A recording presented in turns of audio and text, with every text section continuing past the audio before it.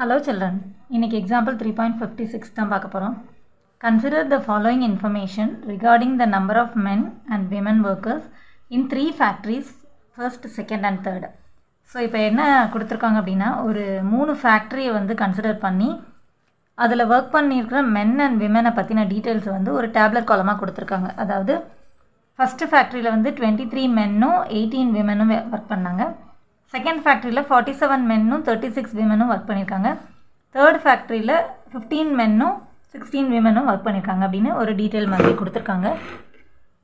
Okay. இப்போ அடுத்து என்ன கேட்டிருக்காங்கன்னு பார்க்கலாம். Represent the above information in the form of a matrix. What is the entry in the second row and first column represent? Okay, so கொடுத்துருக்கிற இன்ஃபர்மேஷனை வந்து நம்ம ஒரு மேட்ரிக்ஸ் ஃபார்மில் எழுத சொல்லியிருக்காங்க. ஓகே, ஸோ அது எப்படி எழுதணும் அப்படின்னு பார்க்கலாம். ஸோ ஏ அப்படின்ற மாதிரி அந்த மேட்ரிக்ஸ்க்கு நேம் பண்ணோன்னா இதில் இருக்கிற டீட்டெயில்ஸ், அதாவது இந்த மென் விமனை மட்டும் அந்த நம்பர்ஸை மட்டும் நம்ம எடுத்து மேட்ரிக்ஸ் ஃபார்மில் அப்படியே எழுத போகிறோம். ஸோ 23, 18, அடுத்தது 47, 36, 15, 16, 15, 16. ஓகே, ஸோ இதுதான் நம்மளோட மேட்ரிக்ஸ் ஃபார்ம். இப்போ என்ன கேட்டிருக்காங்க அப்படின்னா, what does the entry in the second row and first column represent. So row அப்படின்னு சொல்லும்போது இந்த ஸ்லீப்பிங் லைன் எல்லாமே வந்து ஒன்று ஒவ்வொரு ரோ. இது ஃபர்ஸ்ட் ரோ, இது செகண்ட் ரோ, இது தேர்ட் ரோ. ஸ்டாண்டிங் லைனில் இருக்கிறது எல்லாமே வந்து காலம். ஸோ இது first column, second column. So இது என்ன ஆர்டரில் இருக்குது இந்த மேட்ரிக்ஸ் அப்படின்னு பார்த்தோம்னா, அதாவது இப்போ எத்தனை ரோஸ் இருக்கோ அதை ஃபர்ஸ்ட் எழுதணும். 3 ரோஸ் இருக்கு இல்லையா. இப்போ இந்த மேட்ரிக்ஸோட ஆர்டர் எப்படி எழுதணும் அப்படின்னா, நம்பர் ஆஃப் ரோஸை ஃபர்ஸ்ட் எழுதிக்கிறோம் 3, பை இன்ட்டு சிம்பிள் போட்டிருந்தா அதுக்கு வந்து பைன்னு சொல்லலாம், இல்லைனா 3 கிராஸ்ன்னு சொல்லலாம். ஸோ இந்த ஆர்டர் எழுதும்போது நம்ம இப்படி தான் போடணும். 3 கிராஸ் எத்தனை காலம்ஸ் இருக்கோ அதை அடுத்து எழுத போகிறோம். ரோ பை காலம் தான் order of the matrix order, அது அந்த ஆர்டரில் தான் எழுதணும். ஸோ காலம் வந்து 2 இருக்குது. So order of the matrix is 3 cross 2ன்னு சொல்லலாம், 3/2 ஆர்டர்னு சொல்லலாம். ஓகே, இப்போ என்ன கொஸ்டின் கேட்டிருக்காங்க அப்படின்னா, செகண்ட் ரோ அண்ட் ஃபர்ஸ்ட் காலமில் என்ன என்ட்ரி இருக்குது அப்படின்னு கேட்டிருக்காங்க. ஸோ செகண்ட் ரோ அப்படின்னு சொல்லும்போது இது ஃபர்ஸ்ட் ரோ, இது second row. Second row first column அப்படின்னு சொல்லும்போது இதுதான் நம்மளுக்கு கேட்டிருக்காங்க. ஸோ அது எதை ரெப்ரசன்ட் பண்ணுதுன்னா 47. ஸோ இப்போ the entry in the second row and first column represent that there are 47 men in the factory 2. So இந்த 47 அப்படிங்கிறது எதை மென்ஷன் பண்ணியிருக்காங்க அப்படின்னா, இந்த செகண்ட் ஃபேக்ட்ரியில் இருக்கிற மென்னு தான் இல்லையா. ஸோ அதை தான் நம்ம எழுதிட போகிறோம். Second row and first column represent that there are 47 men in the factory 2. That's all. இன்னைக்கு எக்ஸாம்பிள் 3.57 தான் பார்க்க போகிறோம்.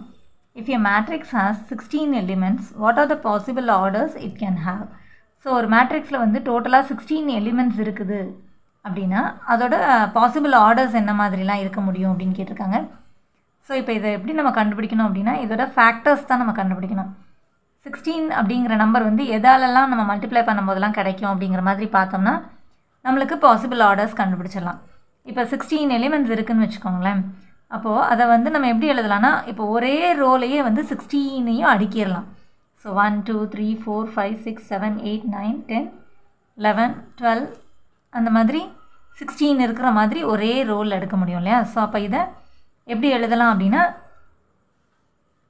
1 into 16 is equal to 16. அதே போல் ஒரே காலமில் 16ம் இருக்கிற மாதிரி நம்ம எடுக்கலாம் இல்லையா.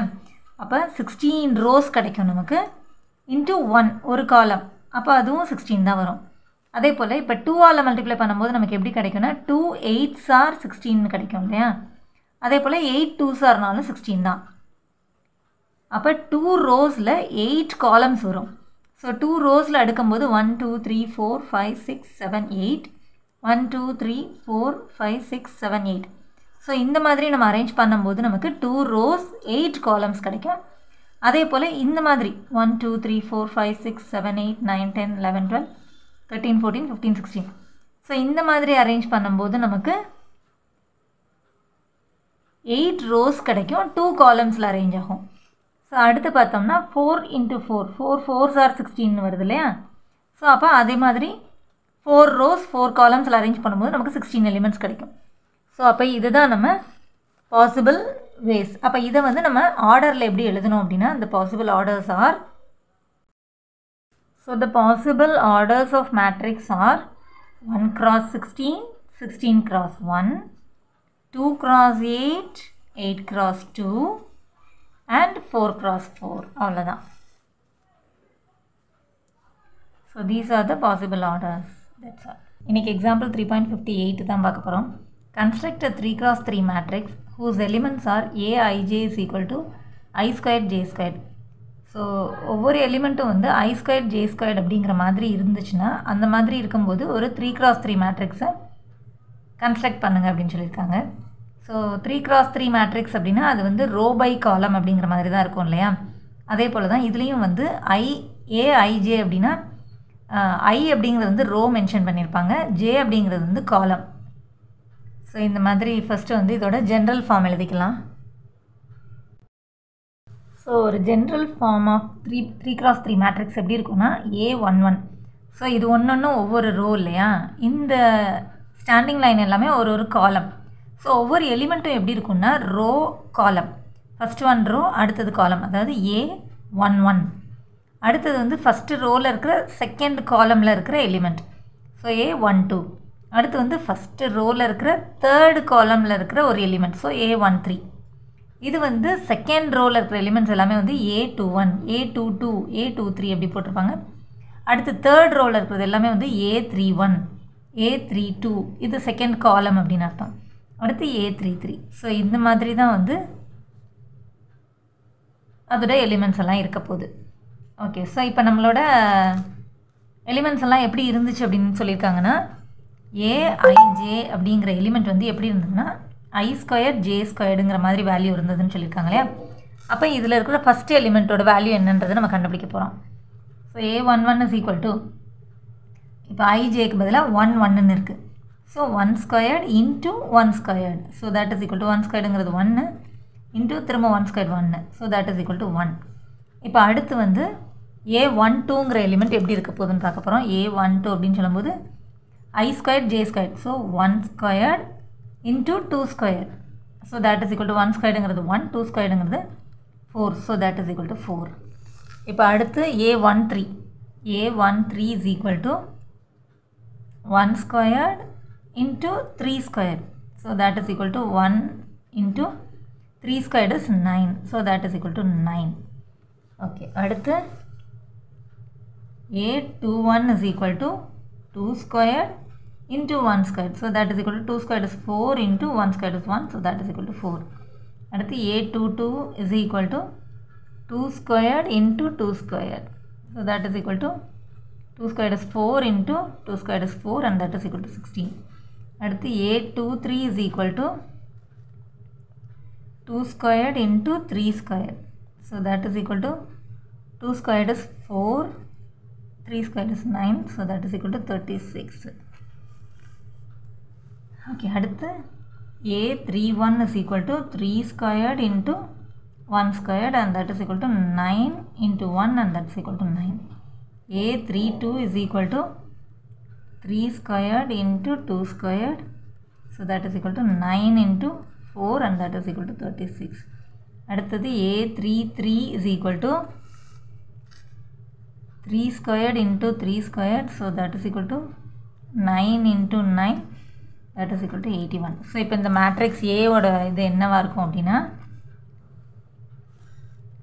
1 4 9 1 4 9, அடுத்து 4 16 36, 4 16 36, அடுத்தது 9 36 81, 9 36 81. So this is the required matrix, that's all. இன்னைக்கு எக்ஸாம்பிள் நம்பர் 3.59 தான் பார்க்க போகிறோம். Find the value of ABCD from the equation அப்படின்னு சொல்லி ரெண்டு மேட்ரிக்ஸ் கொடுத்து அது ரெண்டும் ஈக்குவலாக இருக்கும்போது இந்த அன்னோன் வேல்யூஸை கண்டுபிடிக்க சொல்லியிருக்காங்க. ஸோ ரெண்டுமே வந்து 2 cross 2 மேட்ரிக்ஸாக இருக்கு இல்லையா? ஸோ அப்படின்னா என்ன அர்த்தம் அப்படின்னா இந்த ஃபஸ்ட் எலிமெண்ட்டும் இந்த ஃபஸ்ட் எலிமெண்ட்டும் ஈக்குவல்னு அர்த்தம், இந்த செகண்ட் எலிமெண்ட்டும் இந்த செகண்ட் எலிமெண்ட்டும் ஈக்குவல்னு அர்த்தம். அதே போல் இந்த மாதிரி எலிமெண்ட்ஸ் ஈக்குவல் அப்படிங்கிற மாதிரி ஈக்குவேட் பண்ணி அதை சால்வ் பண்ணி நம்ம இந்த ஏபிசிடியோட வேல்யூ கண்டுபிடிக்க போகிறோம். அதாவது a minus B equal to 1, 2a plus C equal to 5. Okay, so எழுதும்போது நமக்கு 4 ஈக்குவேஷனாக கிடைக்கும். a minus B equal to 1, 2a plus C equal to 5, 2a minus B equal to 0, 2a minus B equal to 0. அடுத்தது 3c plus d equal to 2, 3c plus d equal to 2. So நமக்கு 4 equation கிடச்சிருக்கு. இதை ஃபஸ்ட்டுன்னு வச்சுக்கலாம், இதை செகண்டுன்னு வச்சுக்கலாம், இது third, இது fourth. இப்போ இதில் பார்க்கும்போது நமக்கு இந்த first ஈக்குவேஷன்லேயும் third ஈக்குவேஷன்லேயும் A value, A டேர்மும் B டேர்மும் இருக்குது. ஸோ இப்போ இந்த 2 ஈக்குவேஷனை எடுத்து நம்ம சால்வ் பண்ணோம்னா ஏதாவது ஒரு டேர்மை எலிமினேட் பண்ணிட முடியும். பி டேர்மில் வந்து ரெண்டுமே மைனஸ் பின்னு இருக்கு இல்லையா, சேம் கோஎஃபிஷியன்ட் இருக்குது. ஸோ அந்த 2 டேர்மையும் நம்ம எடுத்துக்கலாம். ஸோ ஃபஸ்ட் ஈக்குவேஷன் நம்பர் 1 எடுத்துக்கும்போது a minus B equal to 1, second equation எடுத்துக்கும்போது தேர்ட் ஈக்குவேஷன் எடுக்கும்போது 2a minus B equal to 0. இப்போ இது ரெண்டையும் சப்ராக்ட் பண்ண போகிறோம். ஸோ இந்த செகண்ட் ஈக்குவேஷனோட சிம்பிள் சேஞ்ச் பண்ண போகிறோம். ப்ளஸில் இருந்தால் மைனஸாக மாற்றுறோம், மைனஸில் இருந்தால் ப்ளஸ்ஸாக மாற்றுறோம், 0க்கு மாற்ற வேண்டியதில்லை. ஓகே, மாற்றும் போது தான் நமக்கு இந்த பி டேர்ம் வந்து எலிமினேட் ஆகும் இல்லையா. So minus B plus B cancel ஆகிடும். இப்போ இது ரெண்டையும் சால்வ் பண்ணும்போது ரெண்டு வேறு வேறு சிம்பிள் இருக்குது. ஸோ ஏ டேர்மை சால்வ் பண்ணுறோம், ரெண்டு வேறு வேறு சிம்பிள் இருக்குது. ஸோ சப்ராக்ட் பண்ணி கிரேட்டர் நம்பர் சிம்பிள் பண்ணணும். இதில் கிரேட்டர் நம்பர் 2, அதோட சிம்பிள் மைனஸ் போட்டுக்கலாம். நம்பர் சப்ராக்ட் பண்ணும்போது 2 மைனஸ் 1, 1 தான் போடணும்னு அவசியம் இல்லை. So that is equal to 1. இப்போ இந்த மைனஸ் இந்த பக்கம் வரும்போது a ஈக்குவல் டு 1ன்னு நமக்கு மைனஸ் 1ன்னு கிடச்சிருக்கு. So a is equal to minus 1ன்னு கிடச்சாச்சு. ஸோ இந்த வேல்யூவை வந்து செகண்ட் ஈக்குவேஷனில் சப்ஸ்டியூட் பண்ணோம்னா நமக்கு சியோட வேல்யூ கிடச்சிரும். So substituting value of a in equation number 2. So equation number 2 வந்து 2a plus C equal to 5. இதில் வந்து நம்ம ஏவோட வேல்யூ மைனஸ் 1 சப்ஸ்டியூட் பண்ணும்போது 2 into minus 1 plus C is equal to 5. So minus 2 into minus 1 வந்து minus 2 plus C equal to 5.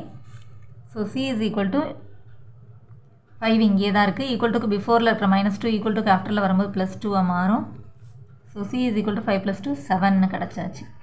So இப்போ நம்ம ஏவோட வேல்யூ சியோட வேல்யூவும் கண்டுபிடிச்சாச்சு. இப்போ இந்த ஏவோட வேல்யூவை நம்ம இந்த ஃபஸ்ட் ஈக்குவேஷன் ஆர் தேர்ட் ஈக்குவேஷனில் கொடுத்தோம்னா பியோட வேல்யூ கிடச்சிரும். ஸோ நம்ம ஃபஸ்ட் ஈக்குவேஷன்லேயே கொடுக்கலாம். Substituting value of a in 1. So first ஈக்குவேஷனில் கொடுக்க போகிறோம். ஃபஸ்ட் ஈக்குவேஷன் வந்து a minus B equal to 1. So இதில் வந்து ஏக்கு பதிலாக மைனஸ் 1 கொடுத்தோம்னா minus 1 minus B equal to 1. So minus B is equal to 1 இங்கே தான் இருக்குது. இந்த மைனஸ் 1 ஈக்குவல் டுக்கு இந்த சைடு வரும்போது ப்ளஸ் 1 மாறும். So minus B is equal to 2, b is equal to இந்த மைனஸ் இந்த பக்கம் வந்தால் மைனஸ் 2 மாறிடும். So b is equal to minus 2ன்னு கிடச்சாச்சு. இன்னும் நமக்கு டியோட வேல்யூ மட்டும் வேணும் இல்லையா. ஸோ டிங்கிற டேர்ம் வந்து நமக்கு இந்த ஈக்குவேஷன் நம்பர் 4ல் தான் இருக்குது. அதில் வந்து நமக்கு சியோட வேல்யூ தெரிஞ்சதுன்னா நம்ம டியோட வேல்யூ கண்டுபிடிச்சலாம். சி ஏற்கனவே நம்ம கண்டுபிடிச்சாச்சு இல்லையா. ஸோ ஈக்குவேஷன் 4ல் சியோட வேல்யூ சப்ஸ்டியூட் பண்ணோம்னா நமக்கு டியோட வேல்யூ கிடச்சிரும். So substituting C equal to 7 in equation number 4. Equation number 4 வந்து 3c plus D equal to 2. So 3 into சிக்கு பதிலாக 7 போட்டோம்னா ப்ளஸ் டி ஈக்குவல் டு 2. இது ரெண்டும் வந்து 21 plus D is equal to 2. So D is equal to 2 இங்கே தான் இருக்குது. இந்த ஈக்குவல் டுக்கு பிஃபோரில் இருக்கிற ப்ளஸ் 21 ஈக்குவல் டுக்கு இந்த சைடு வந்தால் மைனஸ் 21 மாறும். So D is equal to இப்போ இது ரெண்டு வேறு வேறு சிம்பிள் இருக்கும்போது சப்ராக்ட் பண்ணி கிரேட்டர் நம்பர் சிம்பிள் போட போகிறோம். இதில் கிரேட்டர் நம்பர் 21 அதோட சிம்பிள் மைனஸ் போட்டாச்சு. 21ஐயும் 2ஐயும் சப்ராக்ட் பண்ணும்போது 19. So D is equal to minus 19 தான் நம்மளோட answer. So the answer is a is equal to minus 1, b is equal to minus 2, c is equal to 7, d is equal to minus 19. That's all. Thanks for watching, children.